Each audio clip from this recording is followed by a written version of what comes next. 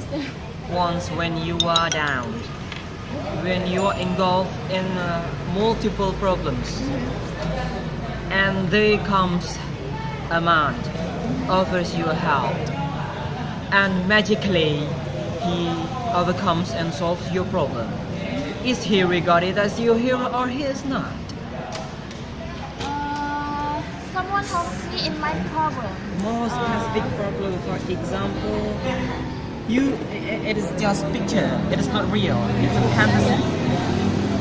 Imagine situation when you are still a single girl and you are in a very intense situation that you despair, you feel like you lost everything, until there comes a man, offers you a suggestion, offers you his hand, and offers you his help, and automatically and materially maybe he helps you